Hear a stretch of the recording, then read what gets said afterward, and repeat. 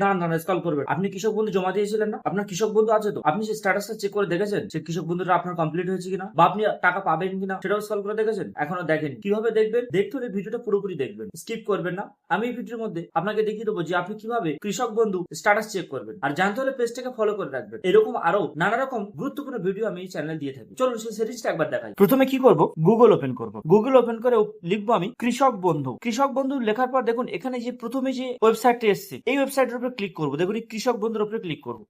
করার পর এখান থেকে দেখুন প্রথমে এসে কৃষক বন্ধু সম্পর্কিত, তার ঠিক নিচের দিকে এখানে দেখুন নথিভুক্ত কৃষকের তথ্য। এই নথিভুক্ত কৃষকের তথ্যের উপরেই ক্লিক করুন। করার পর এখান থেকে দেখুন সিলেক্ট অপশন, সিলেক্ট অপশনের উপর ক্লিক করবো। করার পর আপনার বলছে আপনার ভোটার আই কার্ড বা আধার কার্ড, ব্যাংক অ্যাকাউন্ট নাম্বার বা কেবি আইডি অর্থাৎ কৃষক বন্ধুর আইডি বা মোবাইল নাম্বার বা অ্যাকনোলেজমেন্ট নম্বর, অর্থাৎ আপনি যদি নতুন জমা দিয়ে থাকেন তাহলে আপনার অ্যাকনোলেজমেন্ট নম্বরও যে দিয়ে থাকে সেটা দিয়েও আপনি চেক করতে পারবেন, বা আপনার মোবাইল নাম্বার দিয়েও চেক করতে পারবেন, বা আপনার আধার কার্ড নম্বর দিয়েও চেক করতে পারবেন, ভোটার কার্ড নম্বর দিয়েও চেক করতে পারবেন।